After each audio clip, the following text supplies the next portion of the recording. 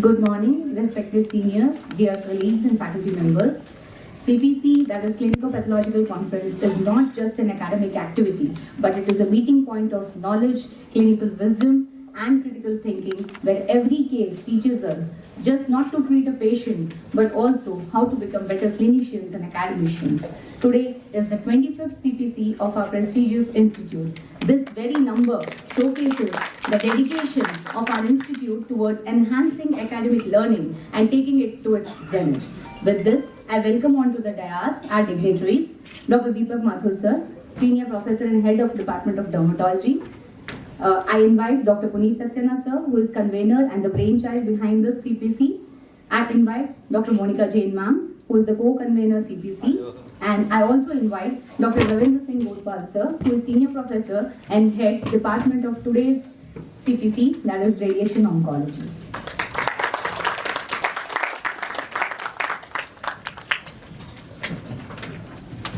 Thank you so much, sir and ma'am. With this, we begin our CPC. As the ritual goes, I invite Dr. Puneet Saxena sir, Convenor CPC, to tell us about the SOP. Good morning, everybody. And as Dr. Madhu has just told us that this is the 25th, so we have completed 2 years of CPC. And it's a very proud thing to announce that besides AIMS and PGIs, we are the only medical college who is running CPC regularly for last 2 years. You can search that on net. Now it's clearly mentioned that CPC in India is being held by these institutes. So thanks to the administration academic also, Monica is very happy. So the protocol we all know, we are about to finish basically the CPC after 6 months, the first cycle, because we will be finishing with all the new departments also. So this is perhaps the best multidisciplinary structured academic exercise which enhances the clinical reasoning and the diagnostic thinking coupled with pathology and radiology. To start with, it was only the medicine and the surgery department we used to hold the CPCs maybe few decades back. But as the science progressed, every department who is dealing with the clinical cases have come in. And with the newer things, not only pathology now, we are into molecular pathology, we are into immunology, and in last CPC in endocrinology we saw the genetics. So it's basically the clinical case discussion coupled with radiology, immunology, genetics, molecular pathology, pathology, histopathology, and lab, which is helping us, and not to leave behind biochemistry, which is so important part of our lab. So and it's a most important exercise for the postgraduate students, and I'm happy that there are a few around today. So we need more and more attendance, and with that I wish all the best, and we'll see the development of radiotherapy department, that how it is splitted from the radiodiagnosis department and how it developed. And it's a full-fledged department handling one of the key aspects of oncology. Thank you very much. So to continue, we'll be having the surgical oncology CPC next. So I think somebody, you are there. So please inform your HOD also and be ready. It will be in the month of June, right? So date and time where Dr. Madhu will communicate to you. Thank you so much, sir. So now we have the CPC by the Department of Radiation Oncology, where precision meets purpose and every case becomes an opportunity to learn, improve, and advance the art of healing through radiation science. Here, every fraction of treatment is planned meticulously and every discussion is aimed at bringing the patient best outcomes. So with this, I welcome Dr. Ravinder Singh Gothwal sir to tell us about the department. Thank you, Dr. Madhu. I express my warm welcome to esteemed faculty member Dr. Deepak Maheshwari sir, Dr. Puneet Saxena sir, Convenor CPC, Dr. Monica ma'am, additional principal and Co-Convener CPC, and esteemed faculty member. I am honored to introduce my department. The radiotherapy is a specialized branch of medical science that uses ionizing radiation for treatment and control of cancer, certain benign disease using methods like external beam radiotherapy and brachytherapy. Radiotherapy is an essential component in management of cancer patients and used either alone or in combination with surgery and chemotherapy. It is used both in curative as well as in palliative setting. Among all oncology disciplines, radiation oncology remains one of the oldest and largest specialty playing a central role in management of cancer patients. Radiation oncology has continuously evolved from conventional radiation therapy to highly sophisticated precision therapy such as image-guided radiotherapy, stereotactic radiotherapy, stereotactic radiosurgery, or more recently evolving proton therapy. Initially known as Radiotherapy Department, the department was renamed as the Department of Radiation Oncology by NMC in year of 2019. Our department at State Cancer Institute has a state-of-art facility and operate under the meticulous supervision of experienced faculties, ensuring highest standard of care of patients with commitment to providing standardized and evidence-based treatment. We take pride in offering advanced radiation treatment at no cost under Mayojana, RGHS and PMJY scheme, setting it apart of beacon of compassionate and comprehensive care. We work in close coordination with other branches of oncology like surgical oncology, medical oncology, pathology and nuclear medicine, and radiology and palliative medicine. The establishment of the department was in 1979 after division of radiology. The department was headed by Dr. P. L. Namlaka sir. The milestone of our department in last 5 decades, the use of superficial and deep X-ray and radium began way back in 1950s. The first telecobalt machine was installed in 1965. The division of radiology department into radiotherapy and radiodiagnosis was in 1979. 3-ton 780C telecobalt machine was installed in 1992. The radiotherapy department shifted to the newly constructed building in South Wing in SMS Hospital in 1993. The ATC C9 telecobalt machine was installed in 1996. The remote afterloading HDR brachytherapy machine was installed in 1999. The dedicated daycare ward was started in 2007. The linear accelerator under P mode was installed in 2009. And Vamatron second telecobalt machine was installed in 2014. Remote afterloading Cobalt 60 HDR brachytherapy machine was installed in 2017. Electra Versatile HD linear accelerator under P mode was started in 2019.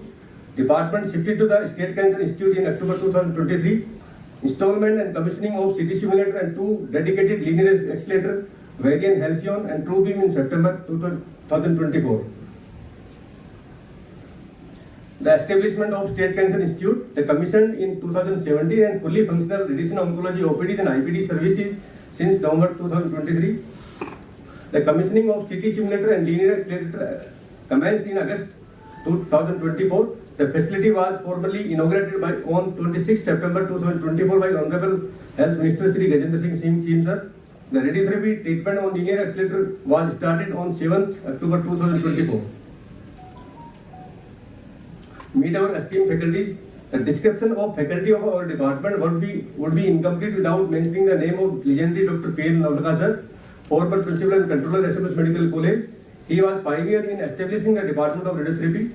Late Dr. D.P. Puneet sir, who did his post-graduation from SMS Medical College, was principal and controller at SMS SP Medical College Bikaner and SN Medical College Jodhpur, and vice chancellor at Mahatma Gandhi Institute of Medical Science Jaipur. We have currently 9 sanctioned faculty posts, out of which we have 8 faculty, 3 senior professor, 1 professor, 1 associate professor, and 3 assistant professor and 1 senior specialist.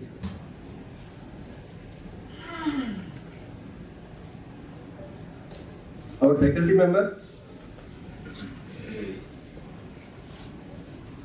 Dr. Rameswaran Sharma sir, he is the senior most faculty in Rajasthan, presently senior professor and unit head 1, former HOD. Dr. Santanu Sharma sir, he is senior professor and head of unit 3 and former HOD. Myself, Ravinder Gothwal, senior professor and head of unit 3, presently HOD. Dr. Shivani Gupta, she is professor. Dr. Mukesh Sokaria, he is associate professor. Dr. Abhay Jain, Dr. Shikha Meena, Dr. Chetna Meena are assistant professor, and Dr. Dilip Shahagi, senior specialist. Workload of our department.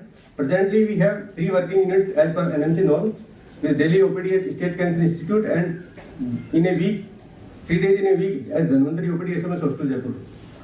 Following the OPD schedule of Unit 3, all Unit 3, we have current capacity around 87 beds for IPD and daycare and 27 ICU beds at the State Cancer Institute. We have 30 IPD beds at RK Bitla Cancer Center at SMS Hospital Jaipur. And the number of patients seen in daily OPD is around 150 per day. The number of patients treated with radiation therapy on high linear accelerator around 250 per day. the number of patients administered day-care chemotherapy around 30 to 40 per day. These are the 3-year data of our department on increasing trends. In 2025, the OPD patients were registered are around 33,000, IPD patients admitted around 15,000, day-care chemotherapy administered around 5,000, EBRT treated on high-end UNEC machine around 2,700 patients. On brachytherapy, we treat around 294 patients. About academics of our department, MD Radiation Oncology PG seats introduced in the year of 1982. The number of seats were increased to 2 in year of 2015. The number of seats was increased to 6 in year of 2017. The intake was increased in 15 seats per year in 2021. We have currently 6 senior residents per year. We conduct monthly assessment exam for PG residents. The department also serves as an academic and training center for BRT and DRT, MSc in Radiation Technology, contributing to development of skilled professionals essential for modern and safe and effective radiation therapy. The academic schedules, the department maintains a structured weekly academic schedule, ensuring continuous post-graduation training through the multidisciplinary tumor boards, seminars, journal clubs and faculty sessions and radiological clinics class. The following is the teaching schedule for our PGs. The facility in our department, we have dedicated mold room facility, 4D CT simulator, treatment planning room for CT and PET-based planning, variant Halcyon LINAC machine, variant TrueBeam LINAC machine, and SDR brachytherapy.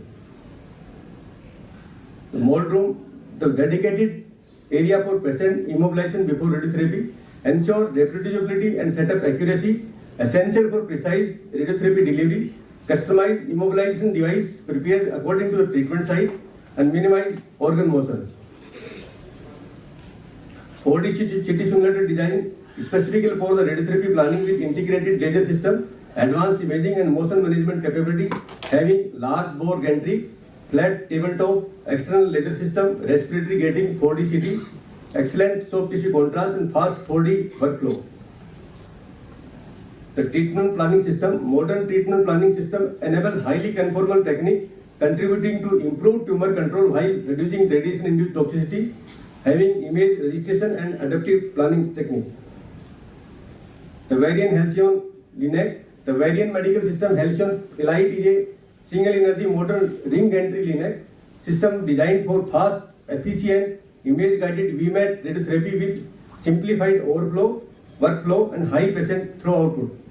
Have integrated KV cone beam CT, rapid gantry rotation, support advanced technique, enables adaptive radiotherapy, designed for busy clinics and reducing patient time on couch. The variant TrueBeam LINAC, variant medical system TrueBeam is an advanced C-arm linear accelerator designed for high precision radiotherapy, having electron energy for surface treatment, high precision 4D cone beam CT imaging, 6D couch correction, advanced gating and respiratory management, rapid arc delivery, high dose rate, triple lap beams and sub-millimeter accuracy.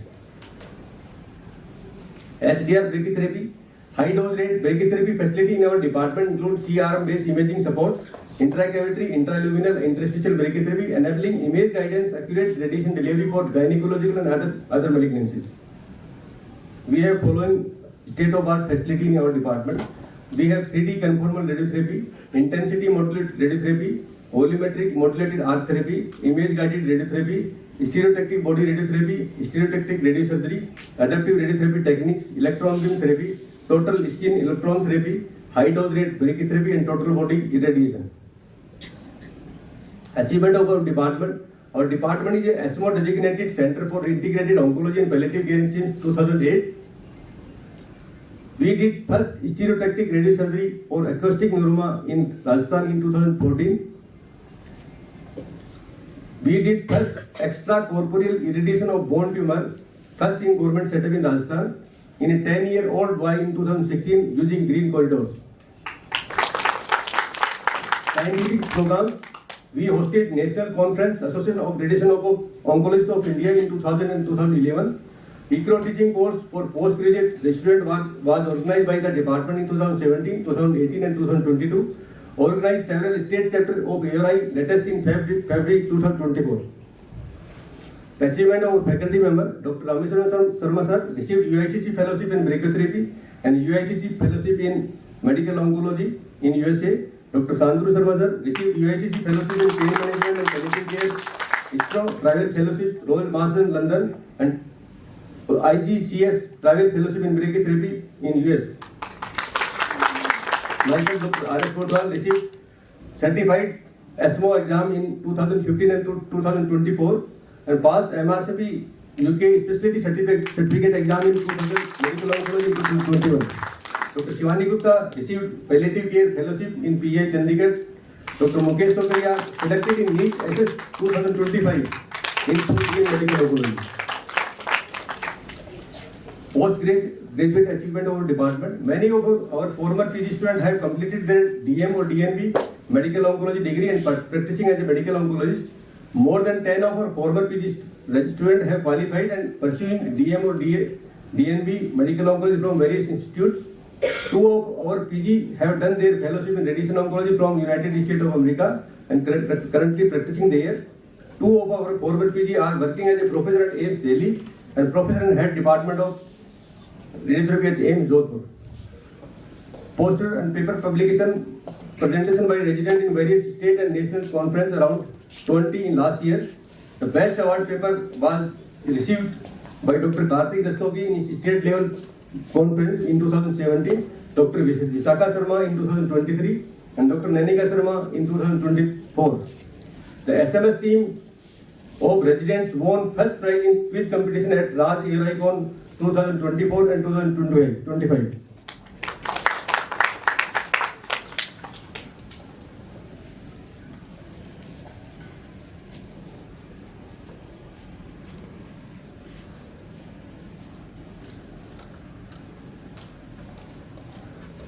Gold medal to best performer in university exam started in year of 2024 in memory of late Justice Saxena Sharma. We have 4 residents ESMO certified in 2025 and 2 residents in 2024. 3 residents have begun their journey to clinical FRCR clinical oncology. We have more than 100 publications in national and international journals of our faculty and residents. The vision of our departments to establish a state-of-art cyber-knife or robotic stereotactic LINAC system in available bunkers, further enhancing precision oncology service at the institute, to establish city-based SDR brachytherapy, further strengthening comprehensive cancer care in Rajasthan, to integrate artificial intelligence-based treatment planning system aimed to improving automation and adaptive radiotherapy planning, to develop a comprehensive more than 200-bedded oncology facility integrating high dependency unit, ICU care, dedicated palliative service for holistic cancer management. Thank you.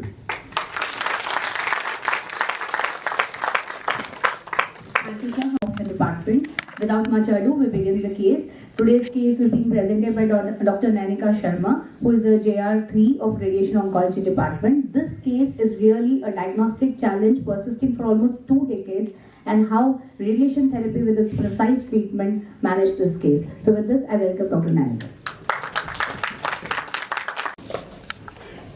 Beyond psoriasis, unveiling cutaneous malignancy after 2 decades of diagnostic dilemma. Good morning everyone, I am Dr. Nanika Sharma. I will be presenting the history and physical examination part. A 61-year-old female, homemaker by profession, resident of Jaipur, presented to the Department of Radiation Oncology, SMS Jaipur, in November 2025 with chief complaints of multiple reddish lesions over abdomen, below the right eye, both arms, legs and soles of both feet since 6 months. History of present illness: patient was apparently asymptomatic 22 years back when she developed red lesions over breast and back associated with mild itching and scaling. Patient took treatment from a dermatologist and the condition was diagnosed as psoriasis and treatment was given for the same. She did not have satisfactory improvement on treatment, and over the course of many years, she visited different dermatologists who diagnosed the condition as psoriasis, parapsoriasis, based on symptoms and multiple skin biopsies. She underwent various treatments and always had a suboptimal response. Some old lesions partially healed, but new ones appeared continuously in a waxing and waning pattern and involved scalp, chest, back, arms, forearms and legs, both on the sun-exposed and non-sun-exposed sites. In 2012, she visited AIIMS Delhi and again the diagnosis of psoriasis was made. Biopsy proven, but this time phototherapy was started and patient had significant improvement in the lesions. Hence, she was continued on the same treatment. For a period of 7 to 8 years, she was responding to the treatment. Then she developed multiple lesions of varying sizes, now with ulceration at places. In 2020, biopsy and IHC were done at AIIMS Jodhpur, where features were seen to be consistent with psoriasis vulgaris. The same biopsy block was also reviewed at Tata Memorial Hospital, Mumbai, which was again suggestive of psoriasis vulgaris. She continued receiving skin-directed therapies for another 4 to 5 years. In 2025, her lesions increased in number and the patient stopped responding to phototherapy. Biopsy was taken at AIIMS Jodhpur in June 2025 and suspicion was raised in favor of cutaneous malignancy. Treatment history for psoriasis and parapsoriasis. The patient took emollients, topical steroids, oral steroids, antihistaminics, apremilast, topical tacrolimus, dapsone, azathioprine, even oral methotrexate and phototherapy. She did not reveal any history suggestive of fever, weight loss, night sweats, joint pain, nail changes or oral changes. The lesions did not have predilection for extensor sites and they were not exacerbated in winters. There were no history of similar complaints in any of her family members. She is a vegetarian by diet, non-smoker, non-alcoholic. Her bowel and sleeping habits were unaltered. She is a known case of well-controlled diabetes mellitus on oral hypoglycemics. No history of any surgical intervention, blood transfusion, asthma, TB or hypertension. And she achieved menopause at the age of 55 years. On general physical examination, the patient was found to be lean and built. Pallor, icterus, clubbing, cyanosis, generalized lymphadenopathy, edema and organomegaly were not present. Her vitals were measured and they were within normal limits. The genital, oral and nasal mucosae were examined and they were found to be unremarkable. Hair and nails were also unremarkable. On cutaneous examination, there were innumerable, well to ill-defined hyperkeratotic erythematous fine scaly plaques measuring 0.3 by 0.2 cm to 8 by 6 cm distributed over face, bilateral arms, trunk, abdomen, bilateral legs and plantar aspect of both feet. There were multiple ill-defined hyperpigmented macules of variable sizes distributed all over the body with slight atrophy at places. There was a well-defined nodule measuring 2 cm present over the dorsum of right foot. The surface was hyperkeratotic and hyperpigmented with fine scaling with a smaller lesion with same morphology in the vicinity. Here are some clinical pictures of the patient taken before treatment, corroborating with the examination findings. This is a body mapping chart which is demonstrating the widespread distribution of cutaneous lesions over the anterior and posterior body surfaces. These are some biopsy reports attached in chronological order. The first one was taken at SMS Medical College, Jaipur in May 2005, where the diagnosis was of psoriaciform lesion. Again, this one is of AIIMS Delhi, taken in 2012, where the features are compatible with chronic plaque psoriasis. The one at Tata Memorial Hospital, where the features were again consistent with psoriasis vulgaris, taken in 2020. Here, as you can see, IHC markers were also applied and they were also well maintained. This one is also from AIIMS Jodhpur in 2020, where no evidence of malignancy was found. IHC markers were applied and showed CD3 and CD20, mixed population of lymphoid cells, and CD30 does not highlight any atypical cell. Now I invite Dr. Ashi Gupta, Senior Resident, Department of Skin and VD, to present her dermatological examination.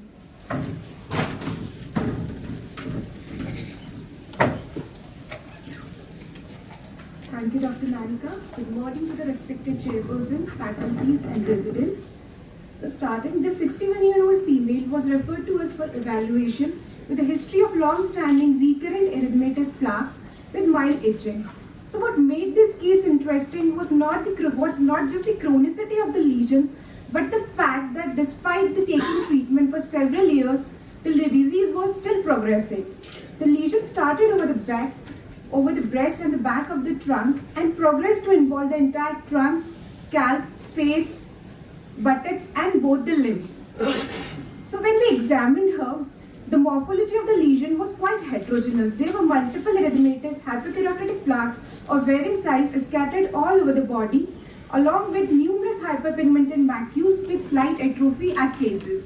So what particularly caught our attention was this hyperpigmented and hyperkeratotic nodule present over the right foot with many satellite nodules present in its vicinity.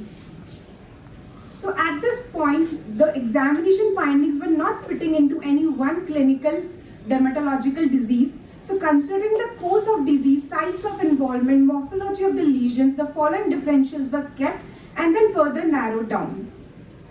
First, initially chronic plaque psoriasis was considered because of the presence of erythematous plaques and involvement of scalp, hand and feet, but several clinical signs of psoriasis were absent.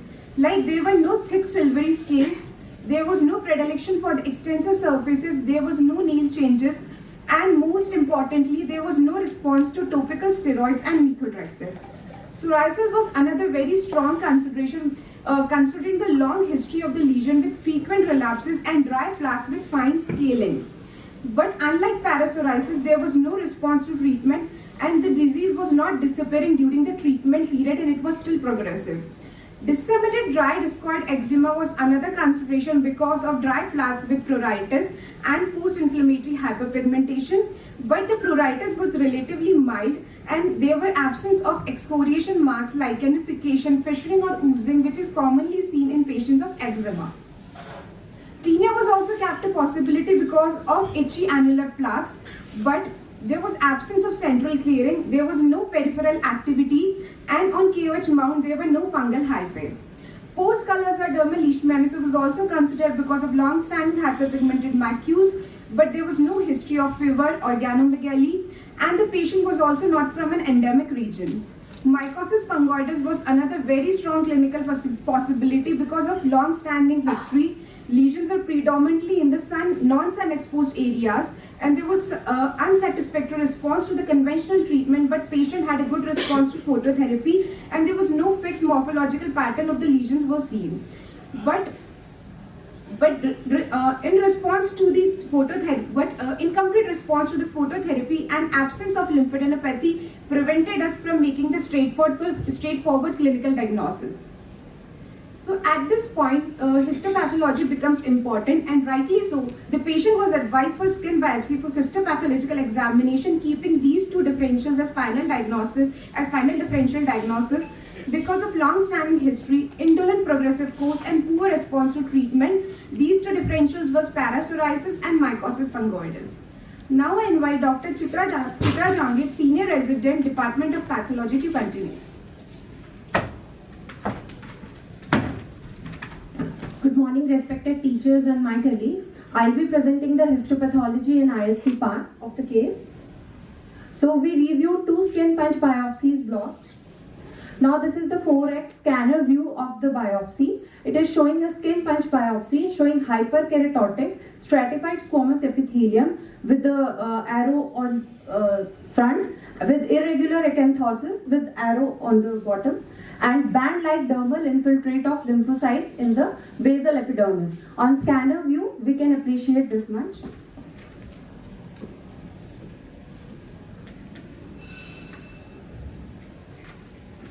Now this is the 10x magnification view of the previous image. It is showing epidermotrophism of small to medium sized haloid lymphocytes with epidermal tagging along basal layers. So I have pointed all these lymphocytes which are showing epidermotrophism. Now epidermotrophism is migration of lymphocytes toward epidermis without spongiosis. It is being said that it is a passive process. Epidermis is releasing certain cytokines which helps in the migration of these lymphocytes. Now this is high power image of the lymphocytes showing epidermotrophism. Now in figure 3, we can appreciate that these lymphocytes which are showing the epidermotrophism, they are being marked by black and blue arrow. They are hyperchromatic and showing cerebriform nuclei when compared to normal lymphocytes and have a clear halo around them. That's why we are calling them atypical. And in figure 4, it is showing a high power view of Potrier's microabscesses. What are they? They are intraepidermal nest of atypical lymphocytes. Now the key histopathological findings were band-like dermal infiltrate of lymphocytes, epidermotrophism of atypical haloid lymphocytes with epidermal tagging along basal layers, atypical lymphocytes showing hyperchromatic cerebriform nucleus, Potrier microabscesses formation in the epidermis. Now, on the basis of these findings, we kept two differential diagnoses, mycosis fungoides, and parapsoriasis. Now, both parapsoriasis and mycosis fungoides may show epidermotrophism of lymphocytes on histopathology. Therefore, IHC was performed to characterize the lineage of the epidermotropic atypical lymphoid infiltrate and to evaluate for aberrant loss of T cell markers, which may support a diagnosis of cutaneous T cell lymphoma, that is mycosis fungoides. So, pan T cell markers CD3, CD4, CD5, CD7, CD8 and B cell markers CD20 were applied. So first we have confirmed the type of lymphocytes and then the clonality of those cells were established. So on performing IHC, all the three markers CD3, CD4 and CD8 showed positive membranous staining. The brown cells, the demonstrated brown cells are positive ones. However, the expression of CD4 was much more when compared to CD8, which establishes the monoclonality of these cells. Now, on applying IHC for CD5 and 7, there was a loss of these markers, and on applying CD20, occasional scattered lymphoid cells show CD20 positivity, that were reactive B lymphoid cells in the background. Now, the final diagnosis, IHC show a T cell phenotype, CD3 positive, with predominance of CD4 positive cells and loss of CD5 and 7 expression. Occasional scattered CD20 positive B cells were seen. The immunophenotypic findings together with morphology support the diagnosis of mycosis fungoides. However, the confirmation is always done by molecular studies, by T cell receptor studies. So the final diagnosis from our side was mycosis fungoides. I would now like to invite Dr. Rashi for carrying forward the discussion. Thank you.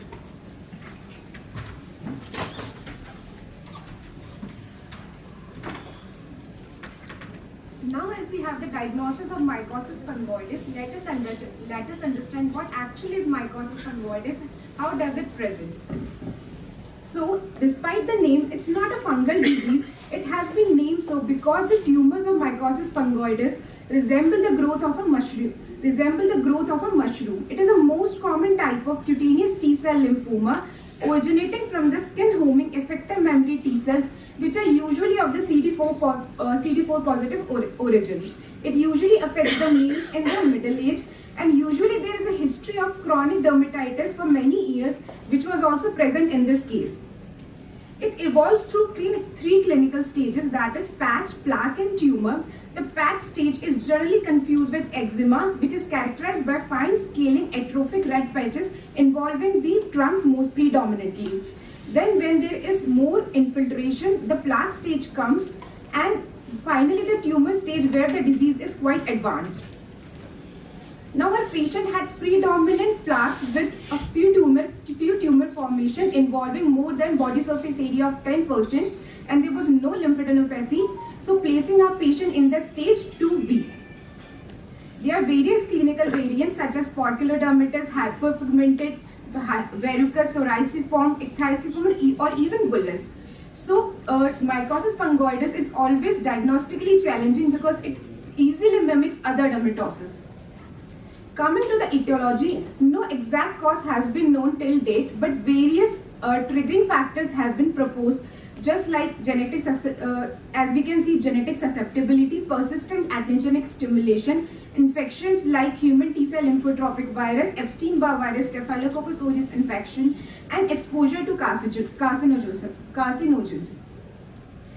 Coming to pathogenesis, it starts with the malignant transformation of skin homing memory resident T cells.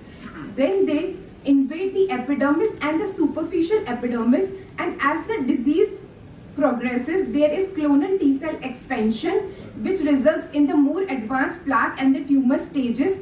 And over the course of time, the anti-tumor genes are also suppressed. So what it can be confused with, in the early stages, it can be confused with chronic dermatitis, psoriasis, contact dermatitis, eczema, tinea corporis or vitiligo. In the tumor stages, it can be confused with other skin cancers like B-cell lymphoma, carcinoma cutis, other infections like deep fungal infections, atypical mycobacterial infections, leishmaniasis, and other dermatitis like pityriasis rubra pilaris, psoriasis, atopic dermatitis. So, This case highlights that whenever there is a chronic dermatitis or chronic dermatosis which behaves atypically, we should have a strong clinical suspicion if the lesions are atypical or the lesions are typical but they are resistant to treatment, or there is unsatisfactory response to the conventional treatment, or multiple biopsies show indefinite results. These patients with a strong clinical suspicion should undergo serial biopsies over a period of time and regular phenotyping to aid the early diagnosis. Now I invite Dr. Manav Shah, Senior Resident, Department of Medical Oncology, to continue the discussion.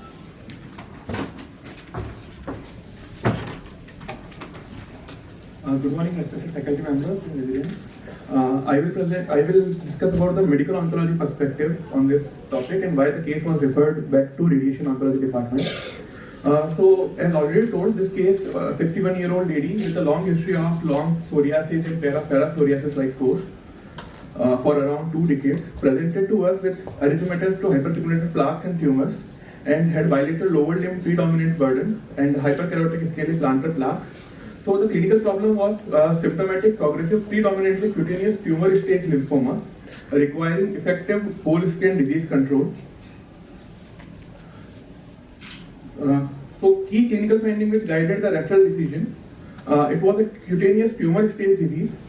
There was clinically evident tumor and ulcerated tumor lesions, and the patient had recurrent plaque and plantar hyperkeratosis. It was a skin dominated distribution, abdominal lower thigh bilateral feet and soles. There was no definitive visceral disease, which was, we did PET for that, FDG PET, and there was no definitive visceral disease on metabolic imaging. There was no proven nodal involvement. There was faint right inguinal nodal uptake in FDG PET, but excisional biopsy was done, which was negative. There was no proven marrow blood involvement. Peripheral blood assessment was done with flow cytometry, which did not show any Sézary cells. We will discuss about that. And bone marrow aspiration and biopsy was negative. So it was a tumor stage mycosis fungoides without any proven extracutaneous involvement. So coming to the staging workup, for skin class, it was a T3 skin disease, tumor stage mycosis fungoides. So tumor defined stage 2B when the disease is absent. Lymph node, there was no proven nodal involvement. Right inguinal excisional biopsy was negative. Nodal uptake alone did not establish nodal disease. Coming to the visceral class, there was no definitive visceral disease, which was assessed using positron emission tomographic CT scan, and no systemic crisis was documented. So the staging workup localized the urgent treatment problem to the skin rather than lymph node or visceral compartment. Mycosis fungoides is special because apart from the TNM staging, there is blood staging also for the blood compartment, that is B0, B1, B2. It was a blood class B0 because no Sézary cells were documented in the peripheral blood on flow cytometry, and bone marrow aspiration and biopsy was negative. Coming to the blood staging in mycosis fungoides and Sézary syndrome, blood class B0 is absent or minimal blood involvement. 5% or fewer atypical circulating cells by morphology. So this blood class B0 supports skin dominated treatment planning. Coming to the blood class B2, it is a high blood tumor burden, at least 1000 Sézary cells per microliter or equivalent high burden flow cytometry criteria. And this B2 often changes prognosis and treatment priority. So in this patient, blood class B0, this supported skin dominated disease biology and refer for whole skin therapy.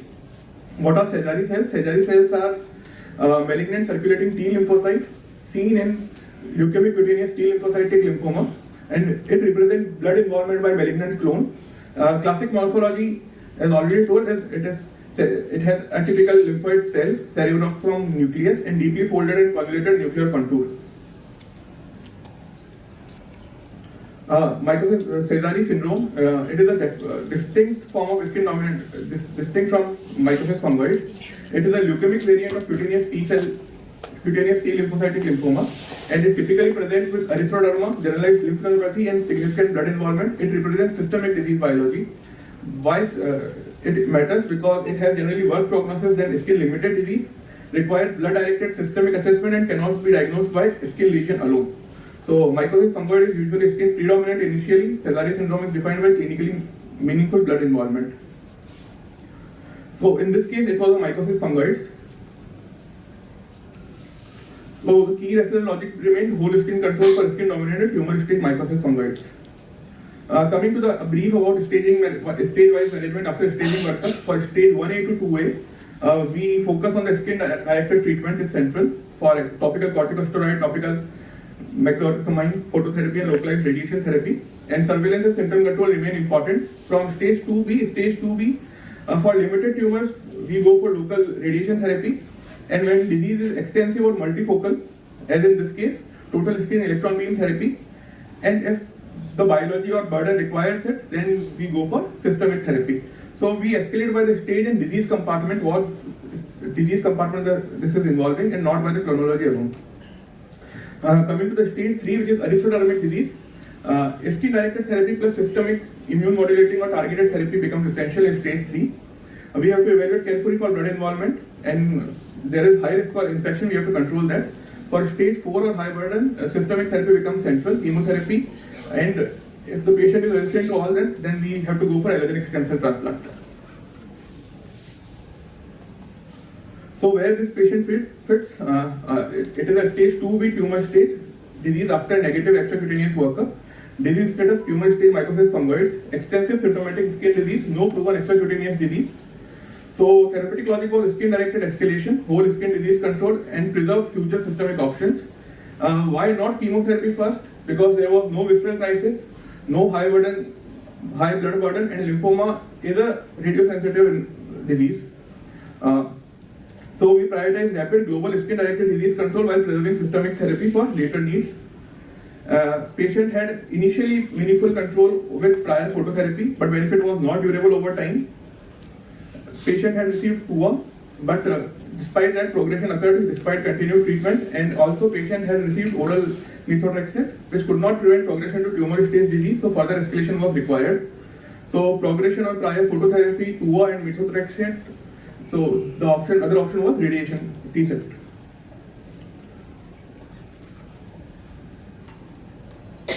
Now I would like to invite Dr. Prashanta Bansal, Senior Resident, Department of Radiation Oncology, to continue the discussion.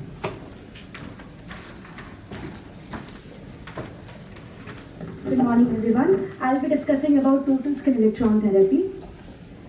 So to recapitulate the case, a 61-year-old female presented at the Department of Radiation Oncology, SMS Medical College in November 2025 with plaques and tumoral lesions over abdomen, bilateral limbs and soul. Type of lesions was tumorous infiltrated lesion with more than 10% body surface area involvement. Inguinal lymph nodes, though palpable, were histologically negative. There was no visceral disease or Sézary cells.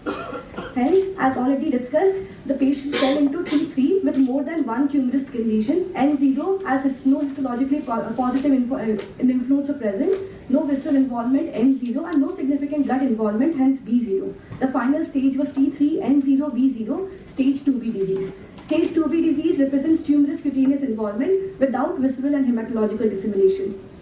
So the treatment goals in stage 2B disease, the primary therapeutic goal was to achieve effective cutaneous disease control with symptomatic relief while minimizing toxicity to deeper tissues and preserving quality of life.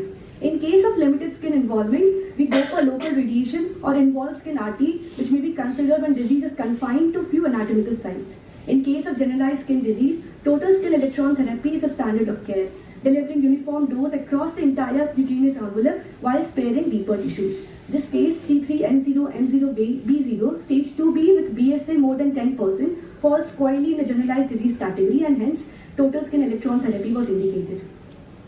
What is total skin electron therapy? It's a specialized radiotherapy technique that delivers low energy electrons across the entire skin surface while sparing the tissues beneath. The delivery is through low energy electron beams, 4 to 6 mega electron volts, directed across the full cutaneous envelope at finite penetration depth of 3 to 5 mm. It targets malignant T cells in epidermis and dermis. The beam reaches every lesion while bypassing deeper structures. The mechanism is through DNA damage at cellular level, which triggers apoptosis of clonal T cells, clearing infiltrate from the skin surface. The history of T-cell from 1960s. In 1960s, it originated as an advancement over superficial X-ray therapy, and it was later adopted as for early stage mycosis fungoides. Today, it's a standard of care. It's a precise, reproducible, well-tolerated first line for generalized disease.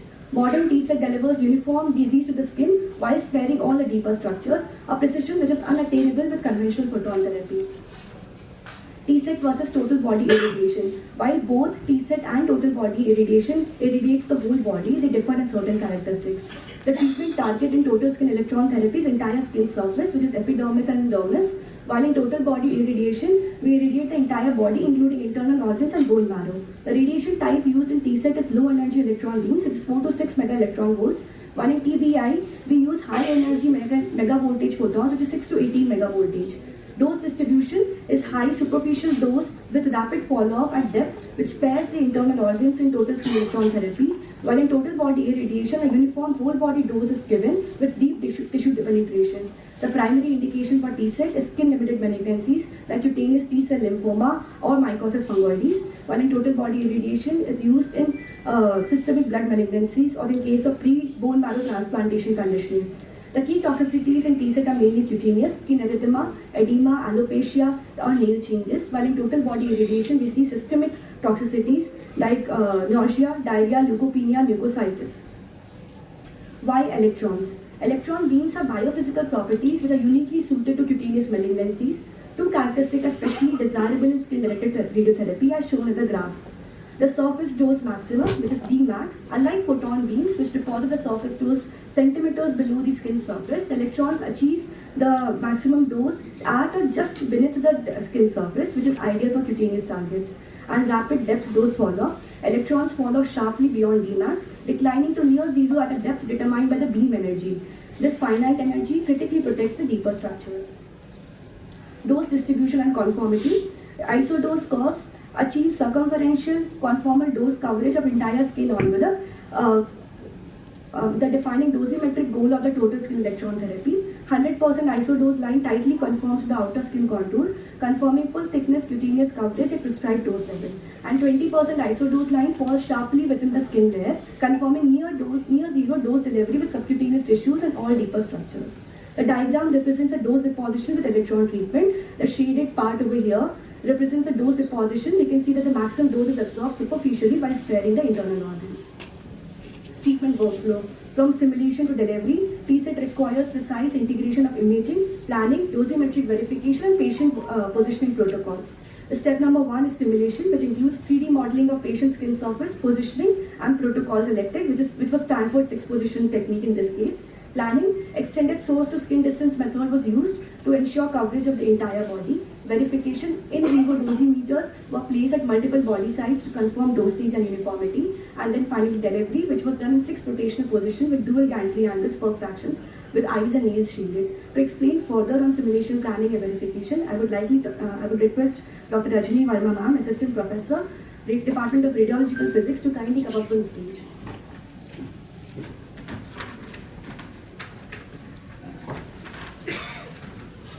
Thank you, Prashancha. Good morning, all of you.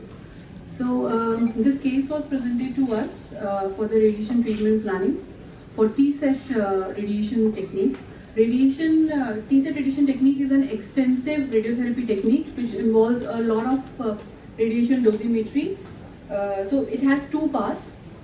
So, the first one is pre-treatment dosimetry. So, if we look at the images, so this is the linear accelerators. We have two linear accelerators in our department. Both of them are modern and advanced linear accelerators. So this equipment was found suitable for TSET as it's come with the electron beam facility. So this TSET technique, we are going to cover a lot of large fields. So we need a high dose rate. What high dose rate means is, when you say when we are treating a regular patient in a radiotherapy department, generally the dose rates are 400 mu per minute. But when we want to cover the large areas, we have two advanced modes in the machine, which are something like 2500 mu per minute, because we want delivery to be quick, so that delivery should be comfortable and fast. So generally the linear accelerators machines are commissioned for a distance of 1 meter from the source head, and all the geometries, like whether the laser, whether the machine, everything is commissioned for 1 meter distances. It means all the radiation planning data and dosimetry part is commissioned for this distance. But when you comes to electron beam, the maximum field size you can have with this machine is 35 by 35 centimeters. But that is not sufficient for us. It means we have to go for extended technique. Why extended techniques? Because radiation beams are diverging in nature. So if you extend the distance, your radiation field become larger. So here, if you can see, we have placed a foot stand, and there is a screen in between. So we have used these extended distances, which is around 420 centimeters from the source head, and this screen is around 400 centimeters from the machine, and the patient is generally placed 20 centimeters behind that screen. What is that screen is? In our linear accelerators, we have 6 MV electron beam, which is opted for this treatment. But as we want a shallow dose distribution, we should be limited to the skin only, or a very superficial distribution was required. So we need to degrade the energy a bit, because 6 MV energy is a bit higher for that sort of a distribution. So this perfect sheet is a 8 mm perfect sheet, which can degrade the energy of beam, which will come around 4.5 and 5 MeV energy, which is suitable for our patient. As I have already discussed, like all the radiation beam data and everything is generated for 1 meter distance, but here we are dealing with the 420 centimeter distances. It means we have to generate the data, or we have to plan everything manually. So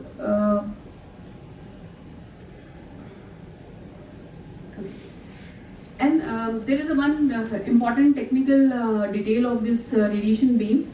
Generally, radiation beams are conical in nature, conical or a pencil beam in structure. It means the front part of the beam or the middle part of the beam usually have higher energies comparative to the edges. So if we are going to have a single field for treatment, we can see this is the blue graph, which represents a single beam. It means high energy in the middle and comparatively low energy at the edges. But we want a flat surface like this, the yellow graph. So what we have decided that we will go for the 2-field technique, where we merge the 2 fields and generate this homogeneous field. But finding out those optimum angles is a key, because we have generated data only for 1 meter. Now we have to do a whole dosimetry again with a hit and trial method to find out those optimal angles which can deliver us this kind of a flat beam. So this is the most extensive part, and it took us almost a week to find out those suitable angles. So in this case, we found them to be 74 degrees and 106 degrees. So we can see for this actual patient, we have with these angle fields, and when they merge, we get the relatively flat surfaces, or the flat beam, or the flat radiation surfaces. So this is done with this kind of a detector. This is a parallel plate radiation detector, which is scanned for the whole vertical profile and for the whole horizontal profile as well.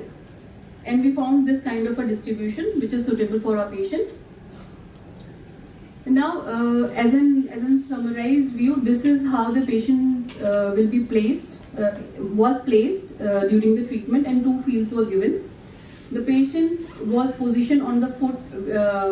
We'll talk about the positioning as well, but we have created a foot stand for the patient, and the patient is exactly 20 centimeters behind this sheet, and the nails and the eyes were shielded with a 2 mm lead, as they are very sensitive to radiation. Okay. So this is the standard technique of positioning that's known as a Stanford 6-field technique. Why this position is important? This position ensures the minimum overlap of radiation fields, minimum radiation risk to any organ of the patient or any surface of the patient. So these are the positions which needs to be recreated when you do delivery. So delivery part is also very important, because however good the diagnosis is, prescription is, planning is, if the delivery part is not accurate, then we are going to not have this homogeneous dose distribution. So this is the pre-treatment part, means all the dosimetry what we have discussed till now is the pre-treatment part.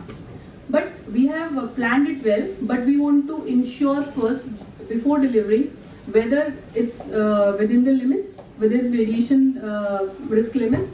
So this is the phantom which mimic a patient body, and we have placed various detectors in this so that we have delivered the whole plan and just verified that all the dose limits are matched and everything is behind the radiation risk zones.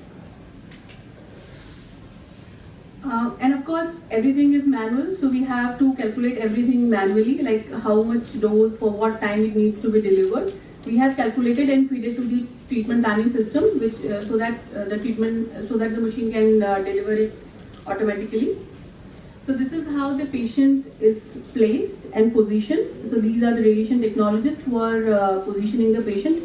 Positioning a patient inside treatment room is very, very important, because in the regular cases we usually have offits to immobilize the patient and retain the position.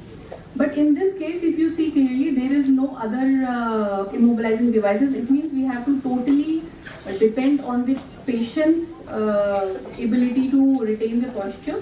So they are explaining her like how to be in that position. And if you can, it's very feeble, but if you see, there are many foot stands with the different leg positions or the foot position, so that patient can have same position with other fractions also. So the treatment is delivered for the 12 fractions, 4 fractions in a week with a 3 days in between halt. So, and this, the other image, this is the CCTV view from outside the bunker, just to ensure that patient has maintained that posture in between the delivery. So these are the radiation detectors which we have used. It's an IVD system. This is placed also, we have done the pre-dosimetry also for the patient with the phantom, but with the patient also we have placed some detectors just to ensure the real measurements. So it's an IVD system and it is the OSLD system. These are optically stimulated luminescence dosimeters, and this is in vivo dosimeters. It means they won't affect the delivery of a treatment, they just measure it. So with all the dosimetry and everything, we are able to have all the distribution within, well within the dose limit, which is plus minus 5%. And it was delivered successfully. So that's all from physics side. Thank you so much. And now I invite Prashanta again to continue with the discussion. Thank you so much. Thank you, ma'am. So continuing with the 6th position Stanford technique that was already discussed with ma'am. The patient was treated using Stanford technique, which is 6th position technique. The patient was treated in standing position with extended SSD technique as shown in the picture. The source to skin distance was 420 centimeters. A patient was treated with dual gantry angles and patient was treated in standing position. Treatment field encompassed the entire skin surface with shielding of sensitive organs like eyes and nails to prevent the collateral damage. Patient positioning, Stanford 6th position technique was used. The patient was rotated to 6 discrete standing positions, anterior and posterior, and 4 oblique positions, which was irradiated uniformly. These are the real pictures of the patient, but it has been taken with a gown for educational purposes. So the actual treatment was completely exposed. This is posterior and anterior fields. The two of this right and left anterior oblique fields, and right and left posterior oblique fields. So total 6 fields treated with dual gantry angles. The shadowed area boost, shadowed regions, the soles of the feet and the scalp are treated separately with dedicated boost fields to ensure complete coverage. Daily total skin electron therapy session. Each treatment session is structured around 3 phases: room setup, patient positioning, and beam delivery across all 6 standing positions. The room setup, in which linear accelerator is placed at high dose rate electron mode at 6 MeV, source to skin distance is set to 4.2 meters, and treatment platform is aligned at isocenter. Patient is positioned on TBI stand as already shown and is treated in 6 different positions. Beam delivery, each of the 6 standing positions treated for equal fraction of the daily dose. Therapist monitors by in-room camera and patient rotates between positions on cue. Session duration is approximately 60 minutes. Dosage fundamentals. TSET is delivered in low daily doses over extended course. The Stanford protocol provides a standard reference. Modern practice tailors the total dose to disease extent and treatment intent. Low dose TSET, which is current standard of care, involves total dose of 12 gray, 1 gray per fraction, 4 fractions per week, which was used in this case. Boost fields of 6 to 14 gray can be used to shield to shadowed regions like sole, scalp, lesion sites, which is delivered separately. In this case, we use 12 gray in 12 fractions, 1 gray per day, 4 days a week, with targeted boost fields. Soles of the feet, which was shadowed by the treatment platform, received extra 8 gray in 4 fractions. Right and left leg, due to higher lesion burden, received 14 gray and 10 gray respectively. Toxicities and management. Acute toxicity is universal and expected. Most reactions are skin limited and self-resolving. Our patient developed a minimal toxicity during treatment in concurrence with the literature. No breaks were needed in between the treatment. Our patient developed eczema, pruritus, dry desquamation, which was managed with emollients, topical steroids, antihistaminics, and hyperpigmentation and alopecia, which was managed with reassurance and counseling. Daily inspection was done to look for signs of secondary infection. Response evaluation. The treatment was delivered over 4 weeks, beginning from 22nd of December 2025.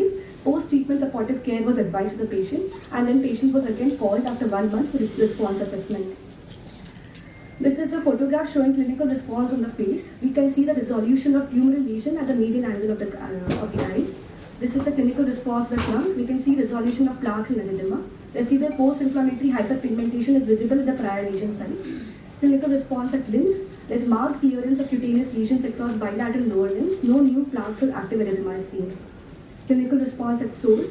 Detailed views which is demonstrating near complete clinical response with residual pigmentary changes only.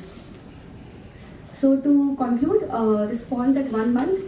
Symptoms, there was marked symptomatic improvement, resolution of pruritus and cutaneous erythema, no new complaints.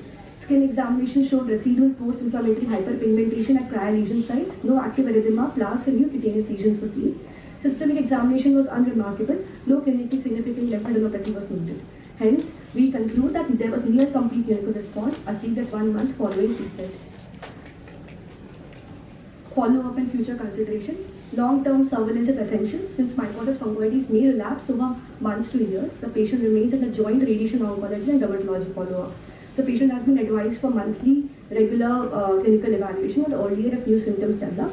There is involvement of multidisciplinary care along with Department of Dermatology, which continues throughout the surveillance. The patient has been advised long-term skin examination since mycosis fungoides may relapse over months to years. And in case of relapse, stage-appropriate treatment can be considered. Repeat TSET may be considered if clinically indicated.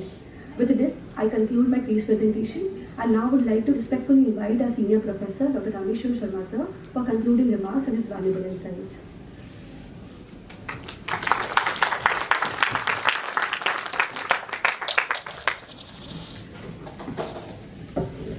Thanks, Dr. Prashansa. So we performed this TSET for the first time in any medical setup, in any government setup in Rajasthan. So this is and we were able to perform this very, very successfully, and patient is doing well after 1 month after the treatment. It was a very cumbersome procedure because it took at least 21 days to plan it for dosimetry, for various measures, and for the accurate quality control and quality assurance. We want to say that in our department, lot of valuable inputs we received from our senior faculty member, Dr. Shantanu, Dr. Ravinder Gothwal, and the chief medical physicist of our Linear Accelerator Center, Dr. Anant Kalyamurthy, who did great efforts in putting this procedure very, very successful, along with Dr. Rajni, Dr. Gaurav, Dr. Pawan.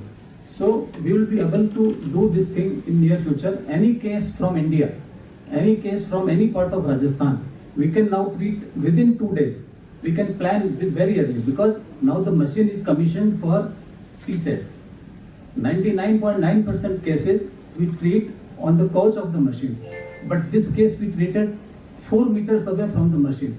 It was very difficult to calculate the exact angle, exact dosimetry, homogeneous dose distribution, sparing of the internal organs. So we did not receive any adverse comment from the patient or any unusual symptom by the patient. So it was a successful procedure, and we thank all our team members for their cooperation in this thing. Thank you very much. The Department of Radiation Oncology for such a wonderful case. I invite Monica Jain ma'am forward. So, good morning everybody, and I must congratulate and appreciate the efforts made by Radiation Oncology Department for producing such a useful CPC. It was an eye-opener for all of us because of various reasons. It was a multidisciplinary case and it was well discussed, and the advisory was taken from medical oncology. The pathologists were integral in diagnosing the disease. An important point is we all now know what is TSET, and you have set up a landmark in treating all the cutaneous cases here now very successfully. And the special line which I need to mention was the dosimetry which was being calculated. So it was a mesmerizing session about how the TSET has been conducted successfully at the state council. Yes. So heartiest congratulations. Every team member contributed immensely, from the resident to the senior professors to the professors to the associate professors to the biophysicist. Thank you all for attending this CPC. Please do attend, and I will be in discussion with Puneet sir. I must also appreciate the efforts from the CPC team. Of course, I am a co-convener, but Puneet sir is doing a lot of effort in actually summarizing the case, giving the guidance, and Madhulita, you are doing an excellent job. Thank you all very much. Thank you.